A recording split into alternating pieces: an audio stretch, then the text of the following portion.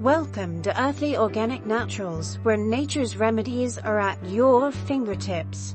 Here at Eon, we show you what ingredients you need, how to make it, how to use it, and most interestingly, how it all works.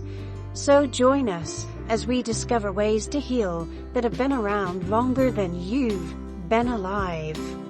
Insect bites. Ingredients: 1 tablespoon of baking soda, 1 tablespoon of finely ground oatmeal, 1 teaspoon of coconut oil, 2 to 3 drops of tea tree oil, and water as needed.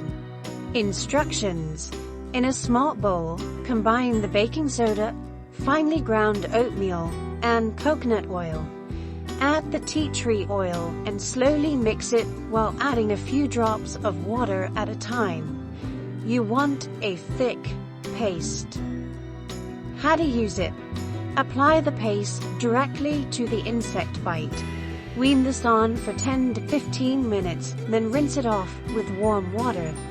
This can be repeated several times a day as needed. So how does it work? Baking soda is alkaline in nature and helps neutralize the pH of the skin, which reduces itchiness. It also has anti-inflammatory properties, which can reduce swelling. Oatmeal contains avenanthramides that are not just soothing, but also anti-inflammatory to reduce redness and itchiness.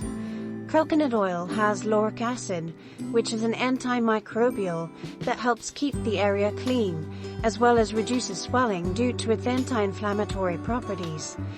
And tea tree oil is known for its antimicrobial and anti-inflammatory properties that helps prevent infections and soothes the skin. Join us. Like, share, follow, and subscribe. New content is added often.